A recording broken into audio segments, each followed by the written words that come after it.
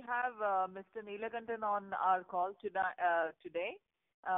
Mr. Neelakandan has been in active politics for the last 40 years and with the Left Party for the last 30 years, which he left in 2006 following corruption charges against the Kerala CM, Mr. Pinarayi Vijayan. Since then, he has been a strong AAP supporter and helping us grow in Kerala. Unlike other leaders, Mr. Neelakandan is all about fighting elections. He believes that the more we fight, the better experience we have, and we will grow. We should not shy away from elections. He's been a keen environmental activist since 1980 and has worked with Medha Patkar and others.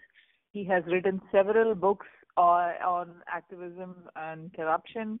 He's a strong vocal voice against corruption in Kerala. That's where he sees common grounds with AAP, and he has given up on the left, claiming that left is the same as other parties as far as Kerala is concerned. So let's get on with the call and get him to share his experience with AAP and how he can help AAP grow in Kerala, and which we can use it for other South Indian states as well. Welcome to the call, Mr. Neelakandan. Great, my friends in US. I'm very, very happy to talk to you, among you, and it's a great time. It's a time when India and Kerala needs AAP. Even though we are not very, very good in elections recently, and you don't worry about that, because the real politics of India and Kerala. Plus, I am more familiar with Kerala, so I will be talking more on Kerala, because I hope some of your friends are familiar with Kerala. Kerala is like any other state, is different from other, even South Indian states. So it is much advanced in social services like health and education. And it is, I think it is very beautiful place. Environmentally, it's God's own country. And Kerala has a history of renaissance, great movements like Sri Narayana movement against caste and Ayyankali movement against the oppression of the lower caste, especially scheduled caste and scheduled tribes. So based on that, we had a very strong left movement when compared to many other states. We had the first revolutionary Communist Party ministry in 1957, which may be the first elected ministry through votes rather than bullets. Generally, communist parties are coming to power through bullets till that time. Now they changed it to ballots. And so Kerala has a revolutionary history in politics and social reformation and even social service that way. But of late, maybe after 1990s or 2000, the left and right in Kerala almost the birds of same feather. Because you cannot see any vicious change, even though there is a change in the government, in corruption, and left to us a champion of social, social support, especially in education and health at one point of time. But now left also came to the right position, not the right, I'm saying the rightist position. And they are also part of all the trade. All the trade means it's the illegal trade, corruption, and they are withdrawing from, the state is withdrawing from the social support, especially health and education. It is highly privatized. That is one way. Second way, all the natural properties of Kerala is getting extracted. Correctly told, I still as justice and an environmentalist, then I found a lot of contradiction in me, because one side I am on left side on politics, but the environmental destruction is when I see the environmental destruction, I see two things. And there is a huge corruption in natural resources and public money. So practically, whatever advantage Kerala had earlier, now it is losing. We think AAP in Kerala has to focus on this point and bring back because we have a heritage from Delhi, even though it is only 2-3 years back, 3 years heritage. They have shown the world that not calling left or right, we can give the best social welfare measures within the limitations of a state which is, you can call me half state. Delhi is only half state with a very minimal power, but Delhi has shown the world that education and health we can give. And Mr. Neelakandan, Mr. Neelakandan, can I stop you for a second here? Because our model is based on health and education, which Kerala already is successful in. How would it be? Would it be easy to convince the public still to vote on those issues? Because Kerala already has high literacy rate, and there are not much issues with health either. No, Kerala has, I told you, Kerala has a history of welfare measures. But now Kerala is much behind in education. It is highly privatized. And health, it is highly privatized. Because if you want health care, you cannot get it free. It was totally free at one point of time. I am an engineer. I have studied all my career. I have engineering free, totally free of cost. Now, my daughter cannot study like that. She has to spend a huge amount, not because she's my daughter, any daughter or son. They have to pay through their noses to get admission, to study, and even for health care. Once upon a time, healthcare was very free. But now, healthcare is very costly in Kerala. That is one thing. So we want to bring back. And third thing, the drinking water. That is the best thing, even though it is heavily raining outside. It's a rainy season, monsoon season in Kerala. There is a shortage of drinking water everywhere. Why it happens? People are asking. Because we have destroyed the natural boundaries. So all the rivers are polluted. And food, even air is highly polluted. Not because of industrialization, but because of mismanagement. So, if there is a proper governance, we can easily show the people of Kerala, it is because of the wrong governance of left. We lost all the things. Only a party like us can bring it back, as we had done even in Delhi, where we don't have much power when compared to Kerala state government. This was our argument, and is going. People are getting it. People are listening to our arguments to that extent, because now there is a heavy expenses on health care. Every person in Kerala, there is a cancer patient, or kidney patient, or a diabetes patient. So all these three patients have to spend money till that point. That is the thing. Because even treating, or maybe after treatment, post-treatment, so they are becoming almost at what you call debt reduction. Very heavy debts in many families are due to health and education. And even the nurses, the nurses in Kerala, they are on the struggle path. They are not getting good salary. Even though people say Kerala is a left country, there is a good salary, there is a trade union, but there are many sections of the people who are not getting proper salary. There is no organization. The left organizations are not much interested in that, because they are the hospital management and things like that. So what I'm saying is, sorry to butt in, Mr. Neelakandan.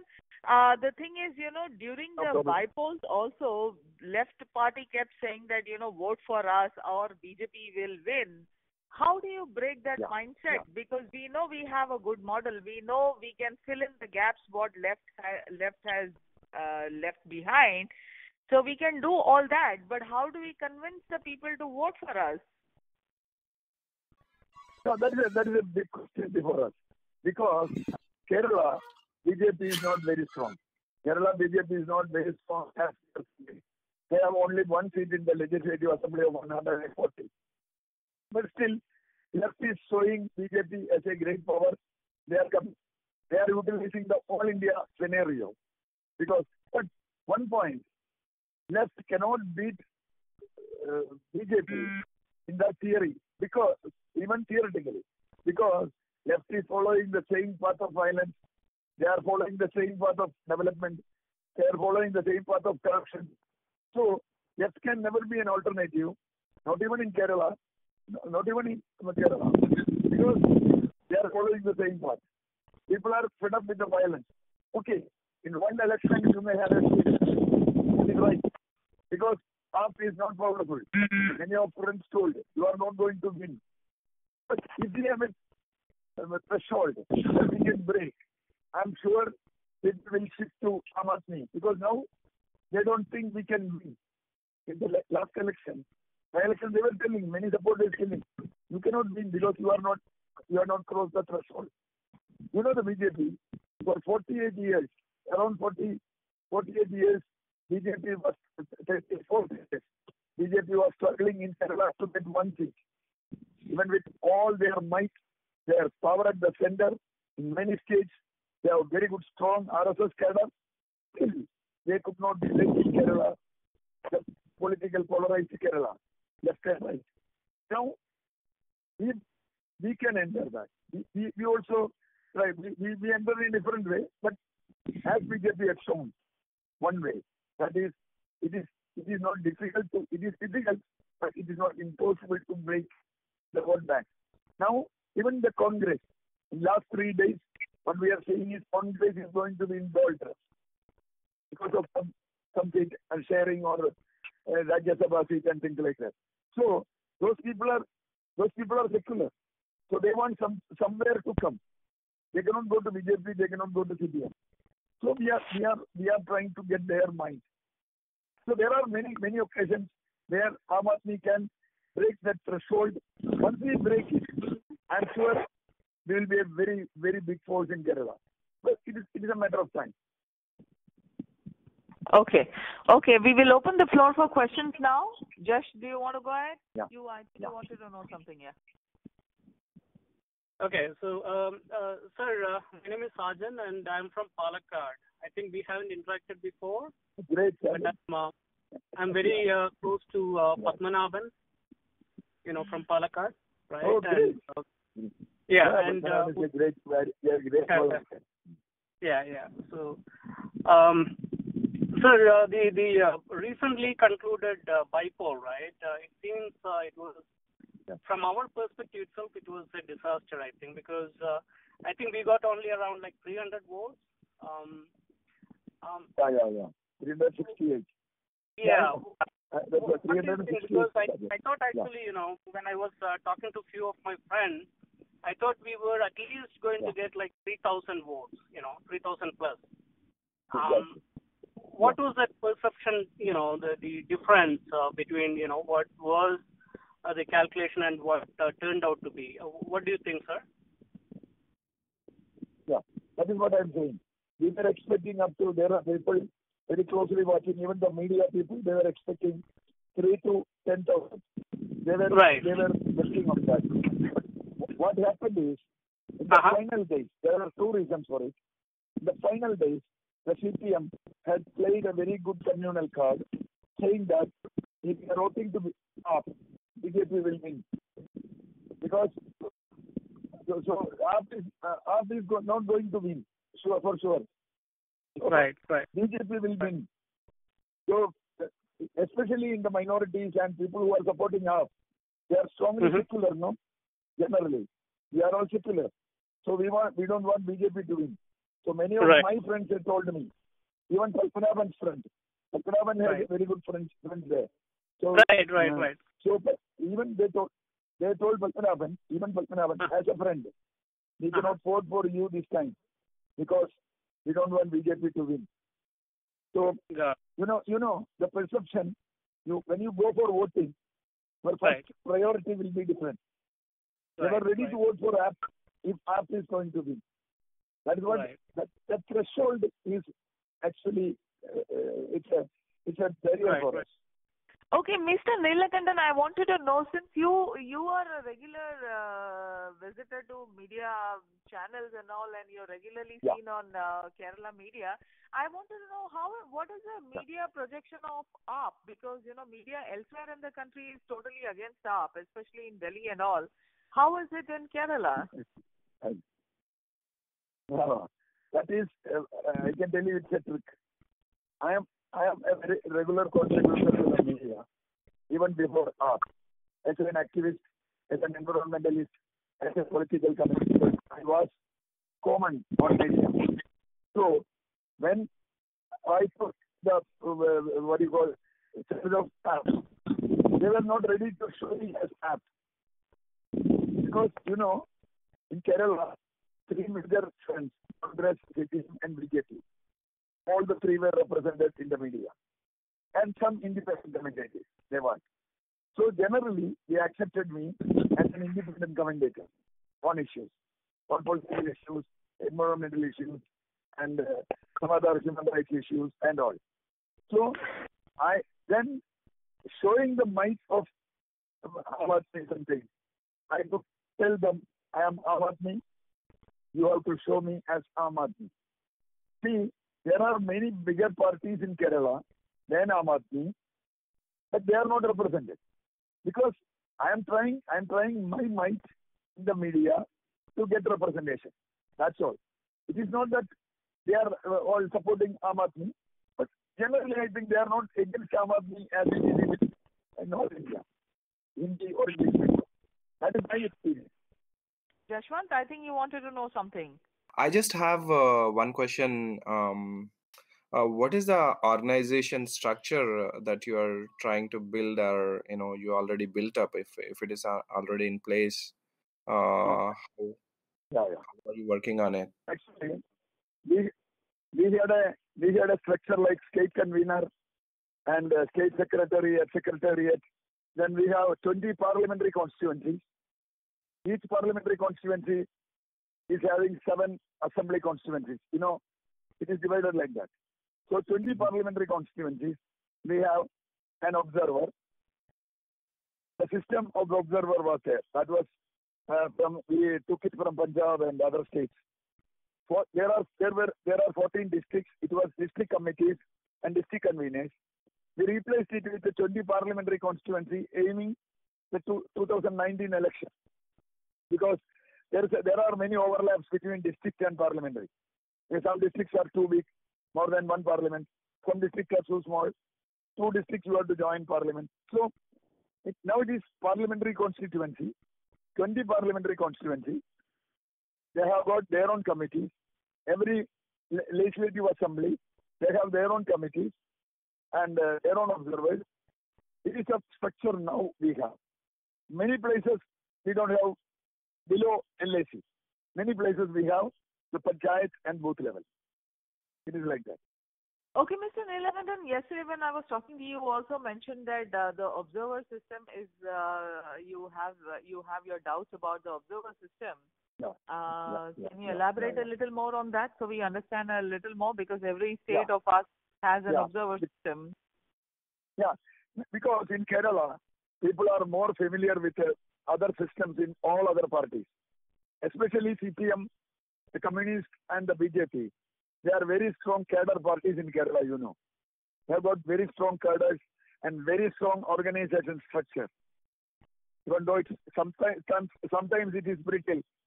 The Congress is not that strong in organization. So people are very familiar with the more like president, secretary, like that. When we say observer, whether he is active or passive, there are questions like that. What are the observers' powers and things like that? So there are confusion. We are trying to clear it, and many people are trying to revert back to the convener and secretary for parliament or district. So that model, there is a discussion going on at all levels. Volunteers are requesting to go back to the convener secretary system than observer system. So because observer, the word itself, when you go to media, that's also a problem. When you go to media, the media doesn't take it seriously, the observer.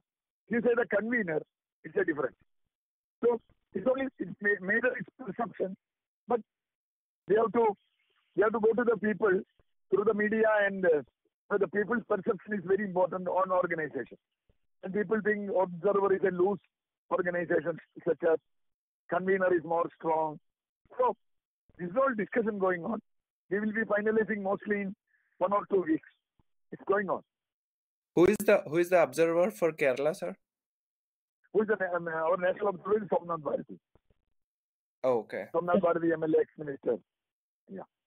You also mentioned that, while the rest of, in other states, especially in Kerala, the contestants are actually feeling a little low after the loss. You actually support, even if we lose, you feel that we should continue fighting elections. Can you share your thoughts on that? No doubt. Because I am talking from Kerala, I don't know other states.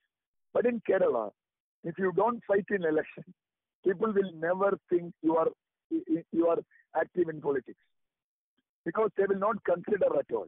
Now, even though you get low votes, they all know, the history of Kerala we know, how much vote the communists got when they first contested the election.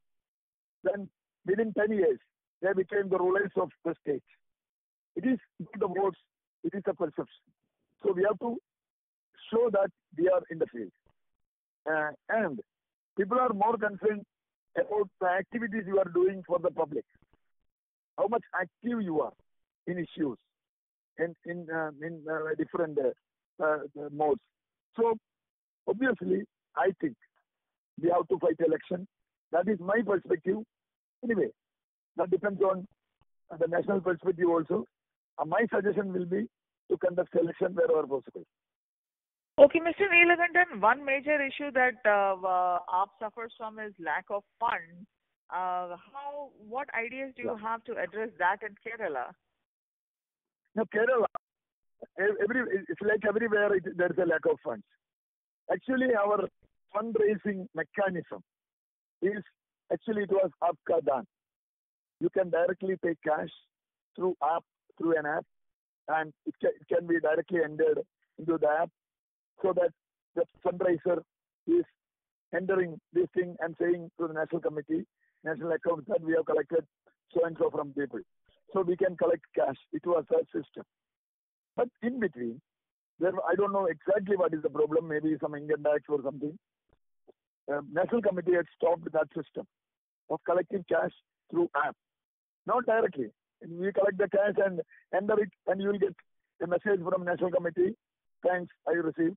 But now that AAP system is stopped. But we can collect only check and things like that. That is making their life difficult for us. Because in Kerala, the system is you go to every person to collect funds. You can meet people and ask them maybe 100 rupees, 10 rupees, 20 rupees. But if you go for a check, nobody will give you a bill for 100 rupees. You know it. So they will say, I don't have money. I don't have check. You cannot collect check for 100 rupees or 200 rupees. Minimum 500 or 1000 rupees only you can get check. So we cannot collect money from the lower level people, which was a practice of communists and Congress in Kerala. Right. Right. So there are do some you problems think, in that. Yeah. Yeah, right. How do you address an issue like that? Because you have been in active politics there are for so two long. ways. It is little bit difficult. I agree that. But especially our NRI friends, they are supporting us.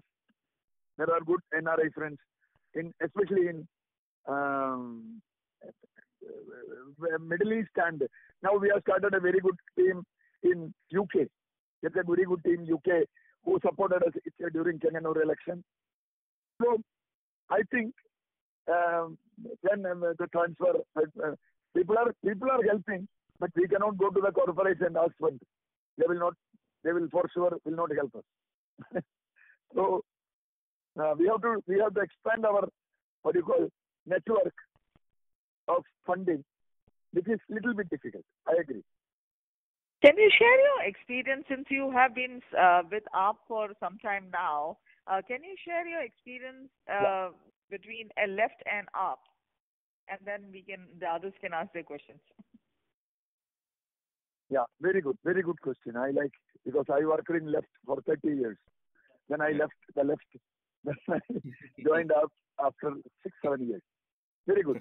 Because left is actually, it was a very good ideology all over the world. It is accepted because it was pro-people. But what happened of late is they have a very good, they had a very strong cadre-based system, which we can call it undemocratic, because you cannot raise your voice outside. In Aam Aadmi, you can raise your voice even in WhatsApp or Facebook, even though you have some difference of opinion with even AK or like that. I can raise it democratically.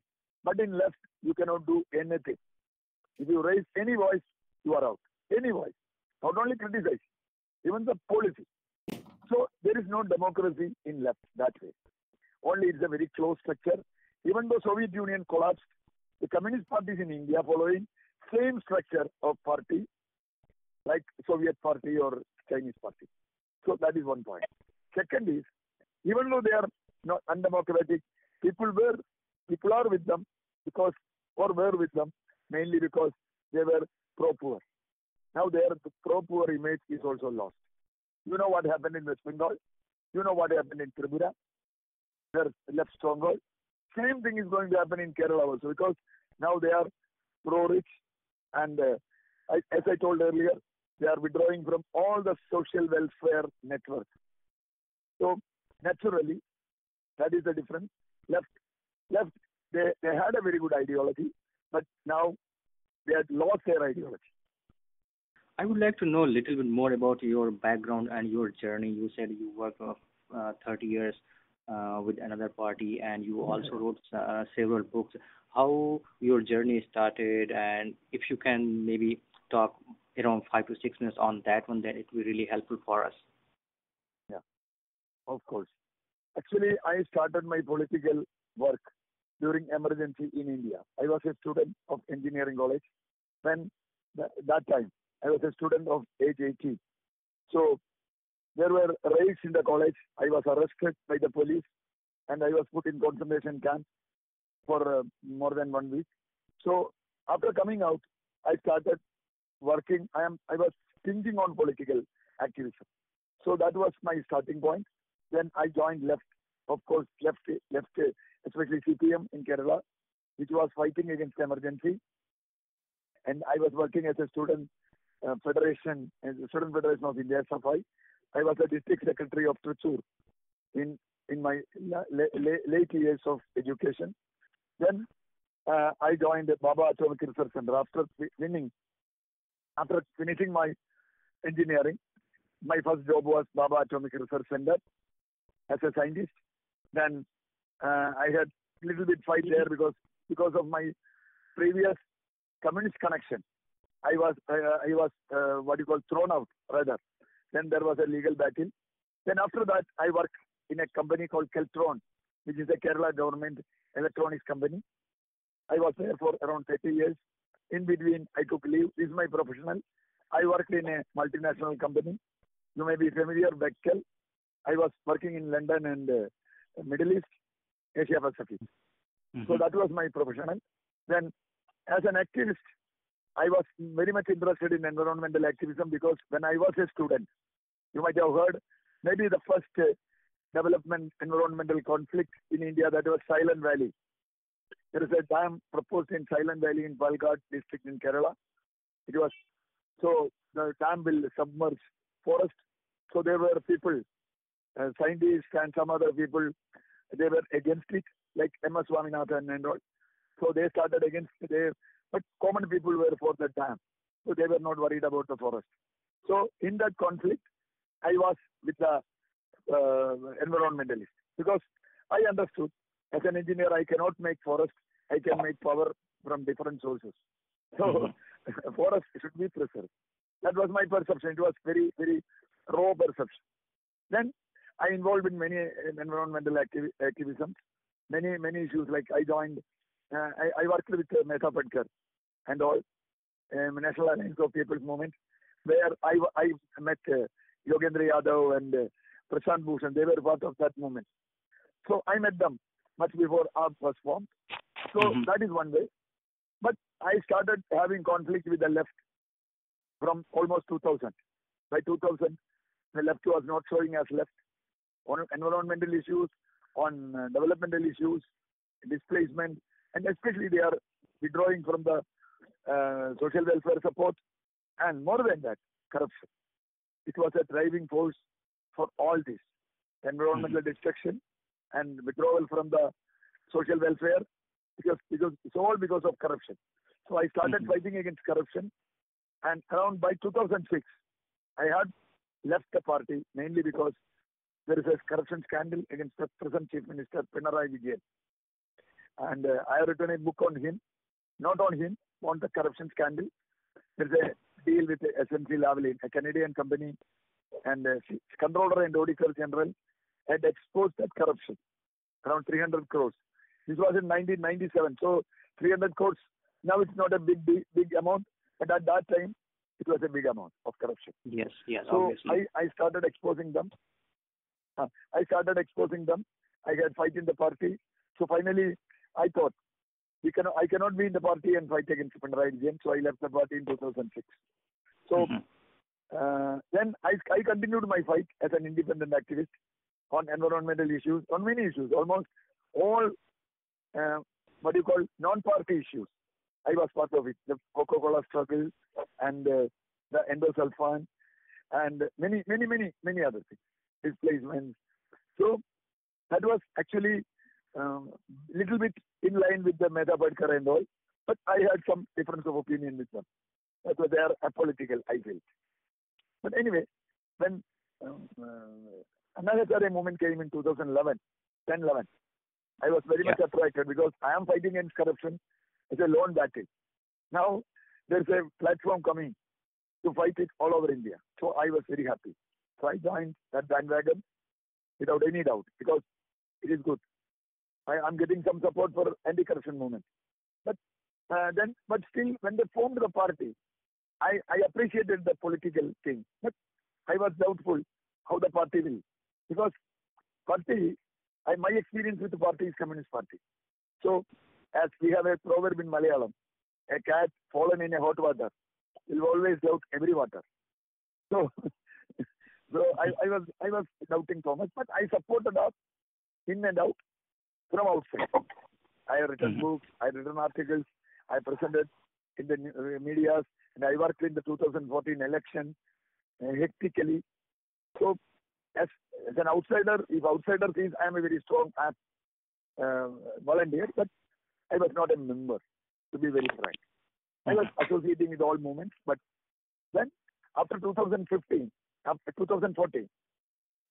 the election, then they wanted to change the structure. They wanted people like me, the intellectuals, and to come to Aam Aadmi to work. The national leadership, the National Observer at that time, he compelled me, you are working outside is not good because you cannot come inside the organization. Finally, your work will not be that fruitful. So many people like me joined Aam Aadmi, especially writers and some good activists. They all joined. So, practically in 2014, late only I joined. Then Delhi election came. Then I was a spokesperson for 1 year. Then when the convener resigned, she could not continue.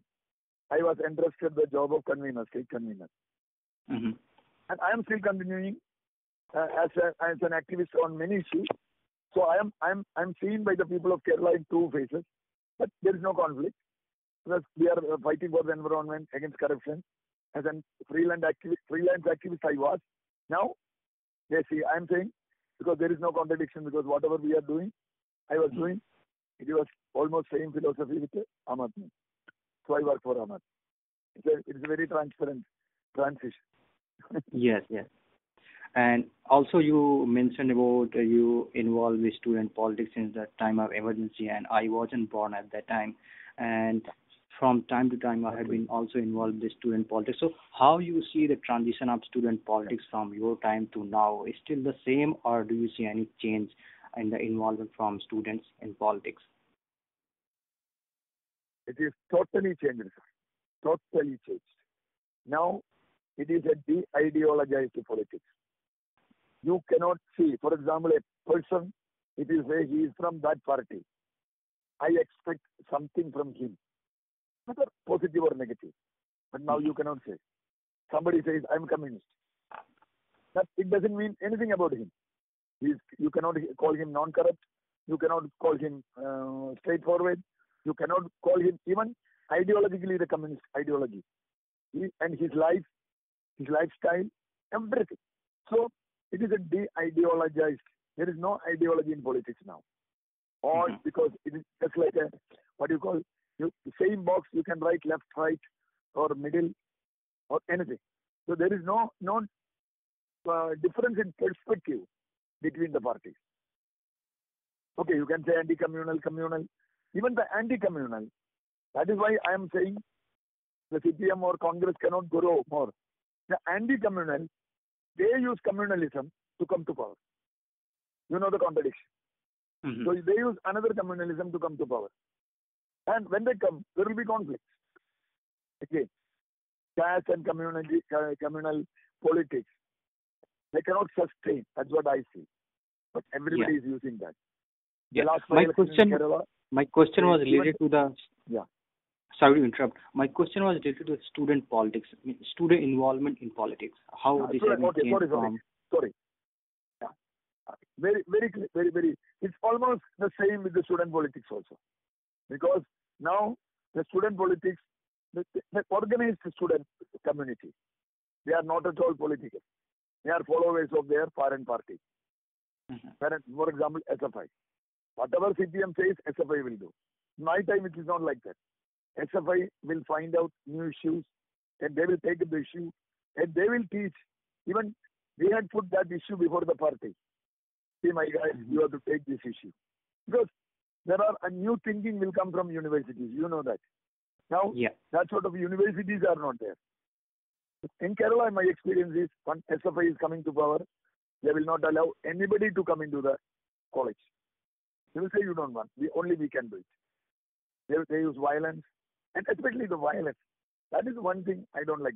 Political parties are using corruption and violence together. Yes. So the same path is followed by even by the students. No democratic discourse possible in colleges. That is the problem. So my time was great democratic discourse. Yeah. Do you have any plan to expand the political activities among students? Because students have fresh mind and they have access to book, the knowledge they can use and they can analyze the data and implement in the real life. So do you have any plan to get more involved with students? Sure. It is a little bit tough business because one thing, the students who are in politics, they are highly biased and they don't want. There is a huge, what you call, majority of students. They are not at all interested in politics. We are targeting them. We are targeting them. Not in conventional way, we cannot go to them. Making a student organization and saying you take membership and we fight election. Not like that. We have to take it in a parallel way. That's what we think. Parallel way, either through cultural means. That is one way. We are trying. Some cultural organization for the youth and students which can attract them.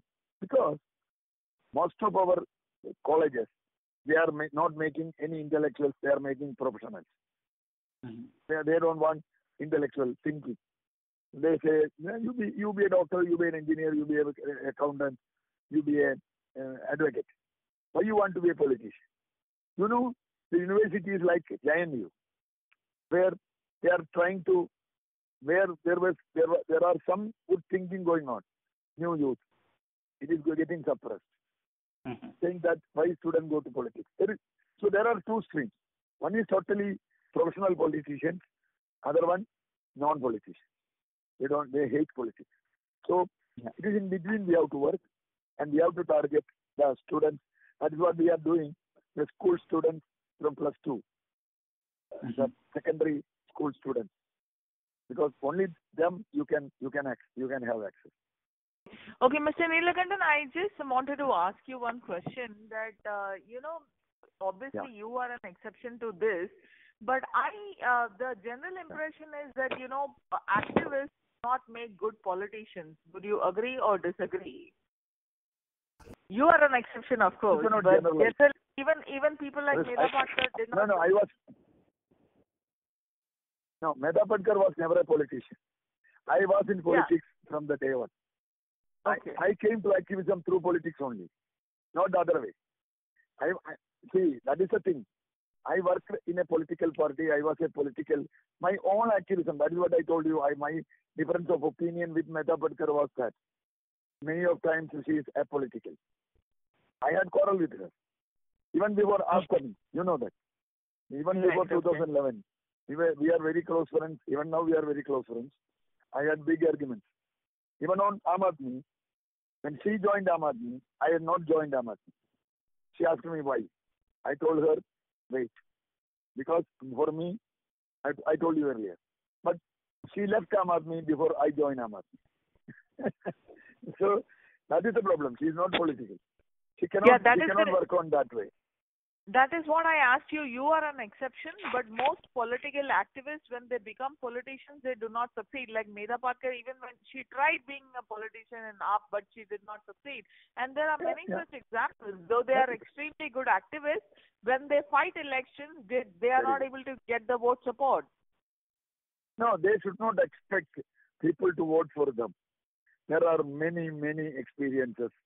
Ram Sharmila to many places. You know what happened to Ram Sharmila. Ram Sharmila is known well over the world. Right. But how many votes he got?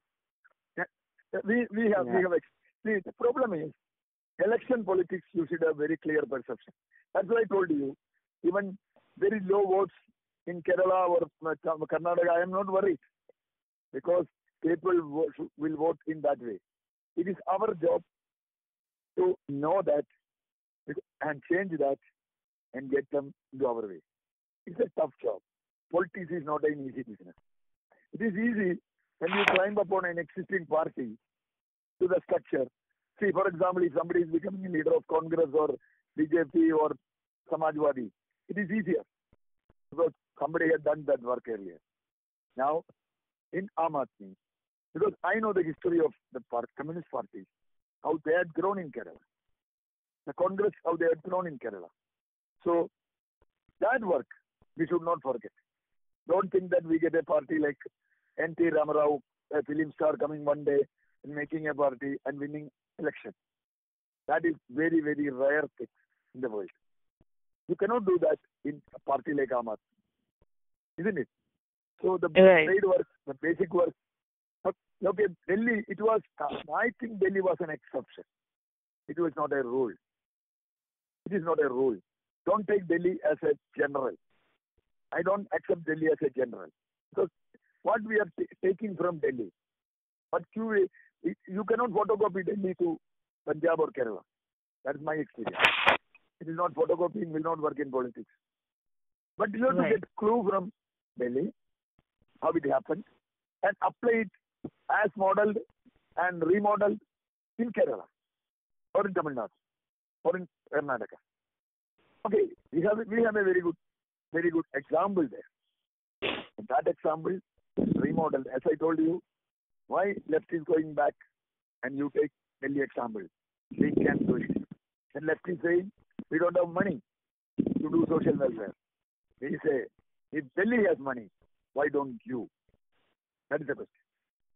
Okay. Mr. Neelakandan, I think the party is extremely fortunate to have you with your vast experience. Oh, thank you. Thank you. Yeah.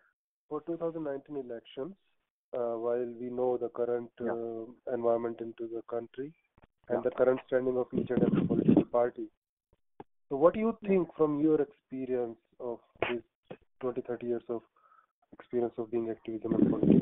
2019, it will be a tough. It will be a tough election for Aam Aadmi because the whole nation is polarized. They are trying to polarize between BJP and the BJP. This is a very tough position for a party like Aam Aadmi because the question is whether Modi should come back or not. If that is the question, we have a little bit different time. But what I think is, even in that tough time, we can say that we are different from other secular parties, so-called secular. Because if power comes to the secular, again, they will be highly corrupt, they will be non-secular, they will fight each other, and they may give back the power to Modi. There may be.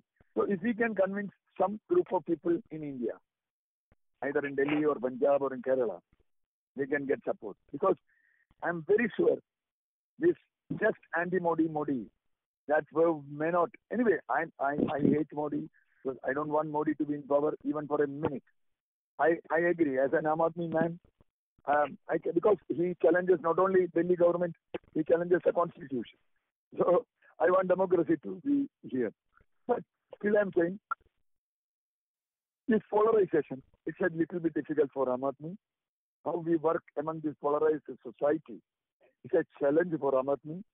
We have to think the ways and means to come to that. What I'm asking you is, as an experienced person, I'm asking you a very specific question. Do you have a model in mind? Let's say you suggest a model which everyone can follow. Imagine an ideal situation where everybody is taking your lead. No, I am afraid to say I have no model just like that.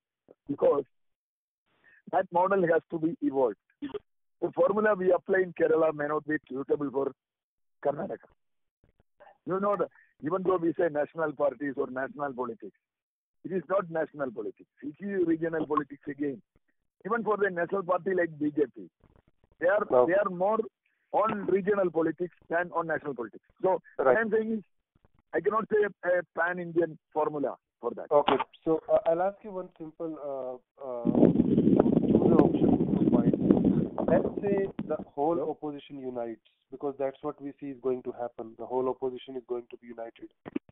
So as an Aam Aadmi Party spokesperson or as a convener, what do you see, AAP should become outside supporter of this opposition or inside supporter? I mean, it should be a clear out supporter, it should come out in open that, okay, all the opposition. What do you think and how? We cannot predict. Yeah. My position on that is we cannot predict it now. That depends on the strength of AAP in the parliament. See, if we have sufficient numbers to drive the opposition, to lead the opposition, naturally, what I'm saying is, to get into the election mode of 2019, there has to be a pre-poll alliance done. Now, how parties are going to do the pre-poll alliance? No. Either they will, do a open alliance. No, I think we will not have a pre-poll alliance with any party. What will happen is, if we don't have sufficient power to win, we may support, as we have done in Bihar or Gujarat, we may support the secular parties, so-called secular parties, to defeat BJP.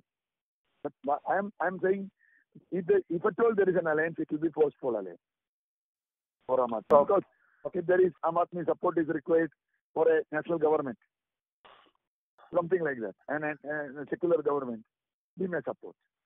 I don't think even in Delhi, whatever news coming, I don't know, in Malayalam, there are some news saying that Aam Aadmi is discussing with the Congress for seat sharing in Delhi. I don't know.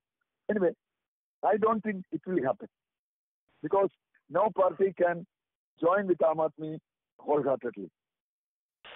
Because they are all afraid of Aam Aadmi. Because we are doing a different politics. We are not a different party. We that is why. Whatever our goals we keep, it is not just like other parties. Thank you very much, sir. I appreciate your details. Okay. Thank you. Okay. Thank you very much, Mr. Neelakandan, for patiently answering all our questions. Thank you. Have a good night. No. Thank you, Vijayalakshmi and Jaswant and all people. Thank you. Thank you very much.